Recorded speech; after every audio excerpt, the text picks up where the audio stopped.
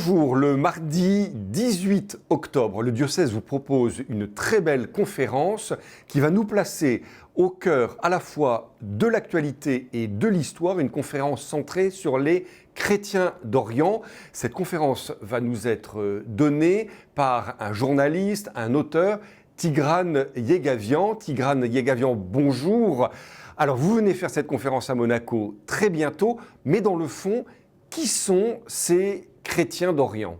Les chrétiens d'Orient, c'est une définition un petit peu lâche parce qu'on a du mal à s'entendre sur leur délimitation spatiale de ces communautés qui ont quasiment l'âge du Christ. Les chrétiens d'Orient, ce sont nos ancêtres, puisque vous savez parfaitement mieux que moi que le christianisme est une religion orientale et nous devons notre foi chrétienne en Occident grâce à leur apport, grâce au fait que les premiers missionnaires sur la terre d'Europe étaient des chrétiens d'Orient.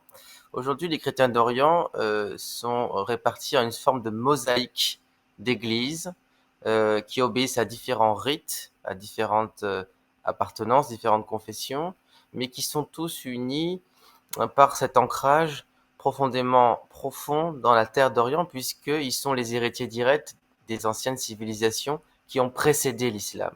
Précisément, quel est donc le dénominateur commun à toutes ces communautés chrétiennes qui sont finalement sur un territoire géographique immense?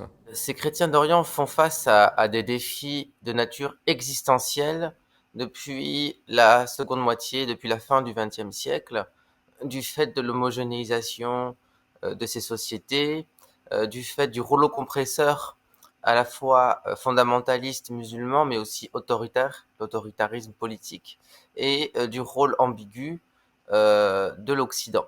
Donc ils font face à plusieurs défis et ils souffrent de ce qu'on appelle une double injustice, une double accusation, c'est-à-dire l'accusation d'être des supplétifs de l'Occident, d'être une cinquième colonne de l'Occident sur leur propre terre, et ils souffrent d'un déracinement, d'un exil intérieur, puisque d'autochtones, ils sont devenus des minorités. Donc le grand défi qui se pose à eux, toujours aujourd'hui et plus encore, c'est celui de la citoyenneté.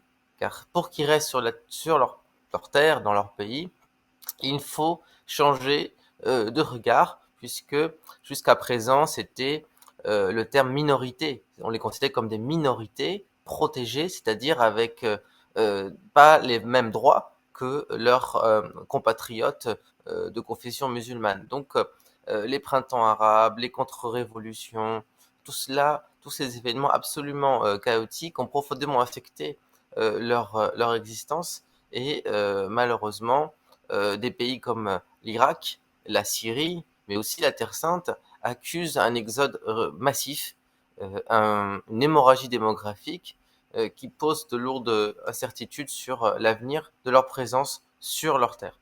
On sait que malheureusement, d'une certaine façon, l'Occident est très déchristianisé. Et donc, dans le fond, pourquoi est-ce que nous, Occidentaux, déchristianisés, sécularisés, nous devrions nous intéresser au sort de ces communautés chrétiennes en Orient? Je crois que c'est fondamental que nous nous intéressions au sort des chrétiens d'Orient pour plusieurs raisons. La première, c'est parce que ils sont le baromètre de la démocratisation, de la bonne santé de ces sociétés multiraciales, pluriconfessionnelles, puisqu'un Moyen-Orient sans ces chrétiens serait un Afghanistan. Je crois que le pape François a été clair là-dessus. La deuxième, n'oubliez pas que avant les chrétiens, il y avait des communautés juives très importantes en Orient, à Bagdad notamment, au Caire. Hein. Un quart de Bagdad était juive au début du XXe siècle et leur disparition a affecté considérablement ces équilibres. Donc je reprendrai la métaphore du tapis, hein, c'est qu'on a besoin de tous les fils de ces confessions pour pouvoir faire nation, pour pouvoir construire un Moyen-Orient viable et prospère.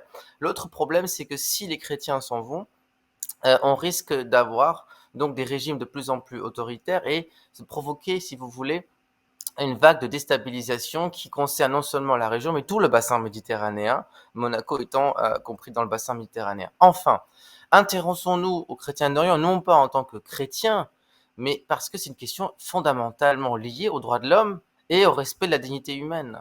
Et si vous voulez aider les chrétiens d'Orient, il faut d'abord les connaître. Pour les connaître, puisque connaître, c'est aussi les aimer quelque part. Et pour les connaître et pour les aider, il faut impérativement valoriser cet héritage afin qu'il ne soit pas, qu'il ne devienne pas, pardon, des objets de musée, hein. Donc, qu'ils soient des pierres vives sur leur terre. Donc, il est fondamental de revenir aux sources et pour les connaître, il faut aussi nous connaître, nous remettre en question sur ce que nous n'avons pas été capables de faire pour les protéger et pour les aider à rester sur leur terre. Tigran Yegavian, merci beaucoup. Nous retrouvons Monsieur Yegavian très bientôt, donc le 18 octobre, ici à Monaco pour cette conférence. Vous pouvez aussi retrouver son livre Minorité d'Orient, les oubliés de l'histoire, paru aux éditions du Rocher. Et nous nous retrouvons soit à cette conférence ou bien sur notre chaîne du Diocèse de Monaco TV. À bientôt.